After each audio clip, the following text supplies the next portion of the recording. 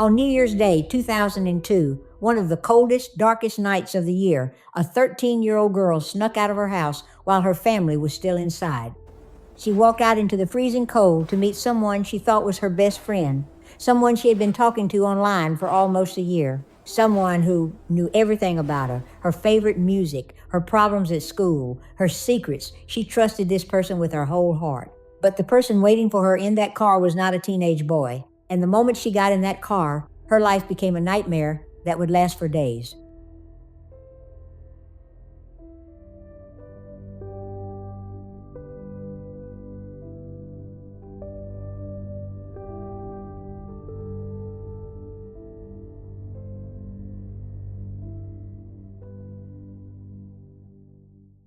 Now, Crafton Heights is one of those quiet little neighborhoods where everybody knows everybody. Good people, working families, the kind of place where you feel safe. And that is where the Kozakiewicz family lived. Dad was Charles, a car salesman. Mom was Mary, a stay-at-home mom. Good parents, loving home. They had their family computer set up right in the family room where they could keep an eye on things. They were doing everything right. And then there was their daughter, Alicia. Sweet girl, quiet, shy, only about 90 pounds, just a tiny little thing.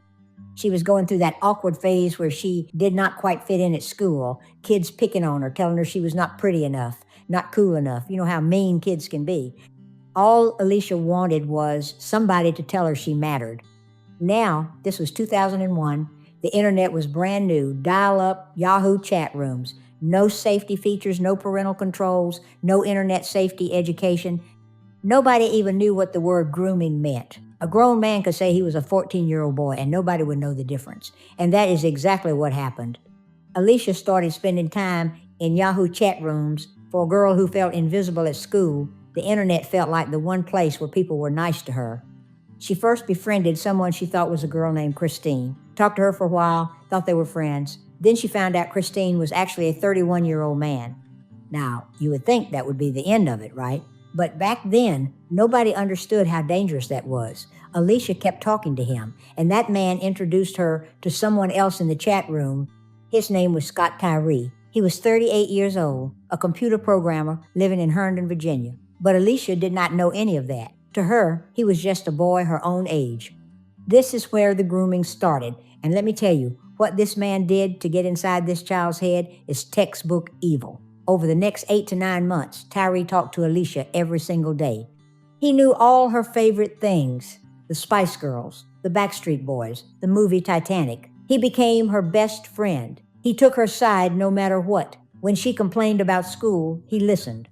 When she felt ugly, he told her she was beautiful. When her parents got on her nerves, he told her they did not understand her. He made her feel special, important, like she was the only person in the world who mattered. But here is the thing. While he was building her up, he was also turning her against everybody who actually loved her. He made her parents look like the enemy, made her real friends look fake. So the only person she trusted, the only person she turned to, was him, a 38-year-old predator sitting behind a screen. Alicia later described the whole thing as brainwashing, and that is exactly what it was. He would contact her at night while the rest of the family was asleep. The computer was in the family room, but late at night, nobody was watching. This man had been planning this for months. He was patient. He was calculated, and he was waiting for the right moment. New Year's Day, 2002, one of the coldest, darkest nights of the year. Alicia told her parents she was not feeling well and went to lie down in her room, but she did not go to sleep.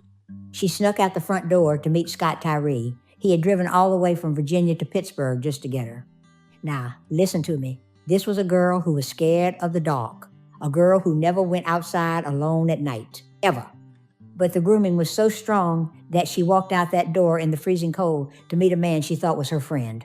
She heard a little voice in her head saying, "This is dangerous, go home," but she kept walking. That is how powerful grooming is. It overrides everything, even a child's own instincts.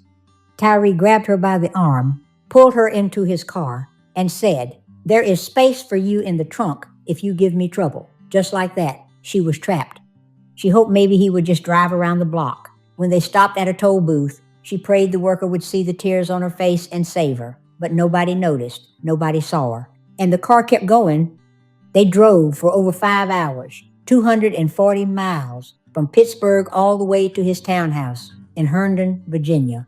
When they got there, he dragged her out of the car, into the house, and down into the basement. Lord have mercy. What that child walked into was a dungeon. Knives, whips, chains, a cage. The house was full of cats and computers. He put a locking dog collar around her neck and chained her to the floor. For 4 days, this 13-year-old girl was beaten, starved, and tortured in that basement.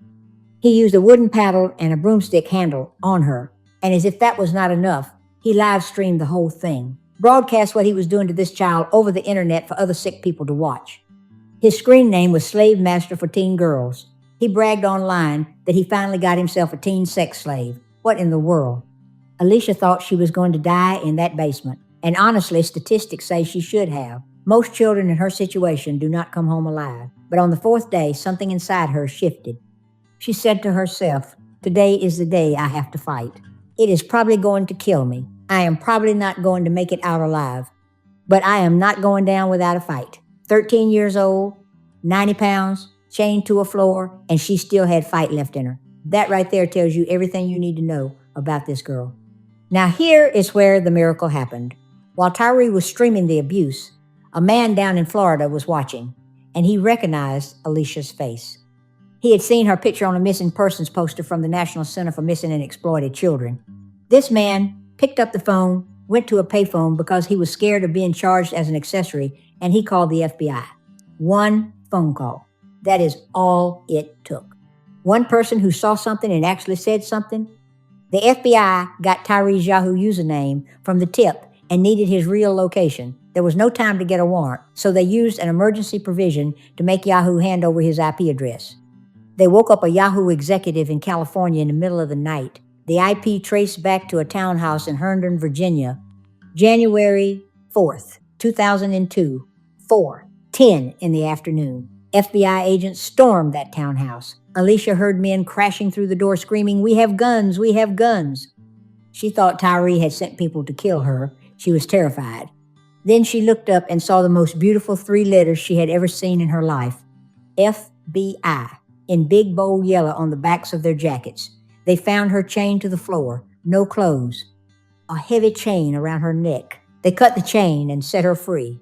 She was alive. Tyree was not even home. He was at work. They arrested him at his job about 30 minutes later. During an 8-hour interrogation, he confessed to everything, every single thing.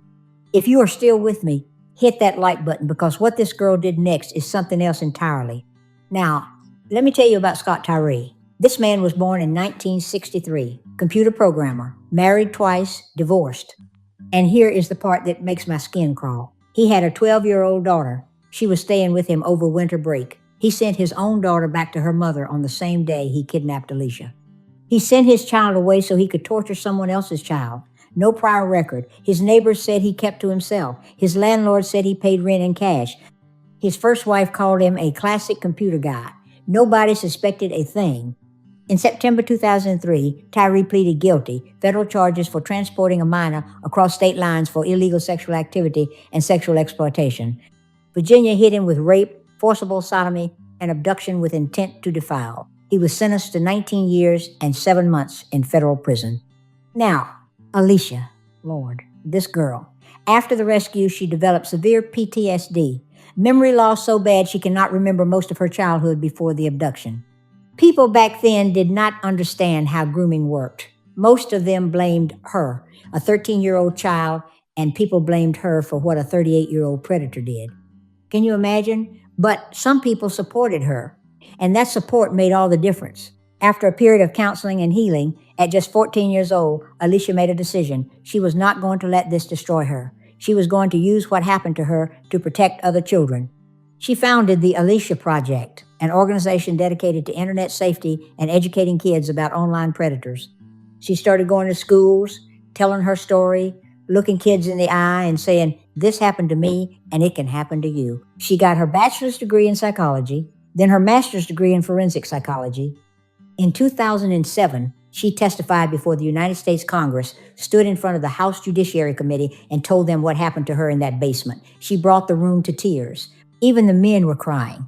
She told Congress, the boogeyman is real, and he lives on the internet. He lived in my computer, and he lives in yours. While you are sitting here, he is at home with your children.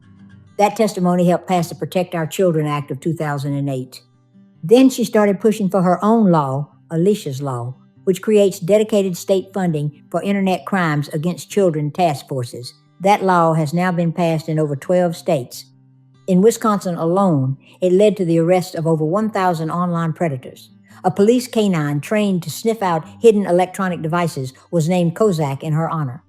That dog helped in the search for Jamie Kloss. This girl turned her nightmare into laws that are saving children's lives every single day. She has been on Oprah, Dr. Phil, Good Morning America, CNN, the cover of People magazine. She got married, she built a life, and she never stopped fighting. But here is the part that is going to make you angry. The system that was supposed to protect Alicia failed her over and over again. February 2019, Scott Tyree got out of prison, served about 17 years of his sentence. And where did they put him? A halfway house in Pittsburgh, 4 miles from Alicia's family home. Nobody told the family. Alicia found out from a news reporter, not from law enforcement. She was terrified. She fought it in court, got members of Congress involved, and eventually a judge ordered Tyree to be relocated. But before that happened, they discovered Tyree had already violated his parole. He was accessing pornographic websites from the halfway house computer. Lord have mercy. They sent him back to prison for 2 more years. He got out again in September 2021.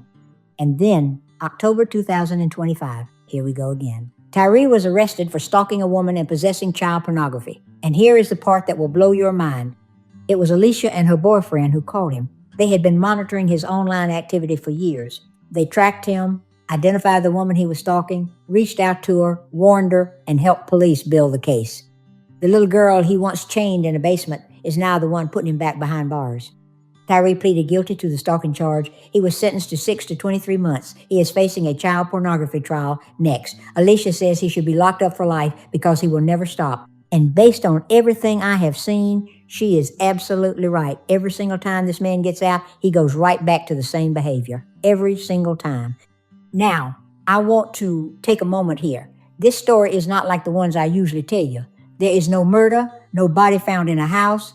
This is a story about a little girl who went through hell and came back swinging. Alicia Kozakiewicz is not a victim. She is a survivor. She is a fighter. She took the worst thing that ever happened to her and turned it into a weapon to protect every child in this country. She once said, "That child, that was me. She was stolen. Make no mistake, that child was murdered. But I am still here, and I am fighting for every child who cannot fight for themselves." Now, let me tell you what this story teaches us. Grooming is real. It is brainwashing. It can take a child who is scared of the dark and make her walk outside on the coldest night of the year to meet a stranger.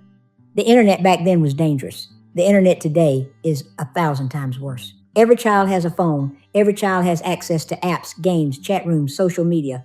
Predators are right there in the same spaces your kids and grandkids are playing in, pretending to be their friends. You have to talk to your children. Not once, not twice, all the time. Check their phone, check their apps. Know who they are talking to, because the parents in this story did everything right. They put the computer in the family room, they were paying attention, and it still was not enough. That is how sneaky these predators are. And one more thing. Pay attention to missing person alerts. Share those posts when you see them online. One person recognizing Alicia's face on a missing poster is the only reason she is alive today. One person. You could be that person for someone else's child. If you made it all the way to the end, thank you from the bottom of my heart. If you have not subscribed yet, please do, and hit that like button. Share this video with every parent you know. Talk to your kids tonight. Check their phones tonight. Do not wait. The boogeyman is real, and he is on the internet. Alicia, if you ever see this, you are one of the strongest people walking this earth. Thank you for fighting for our babies. You are a true hero. Until next time, stay safe out there. And remember, nothing on a screen is worth more than your child's safety. Nothing.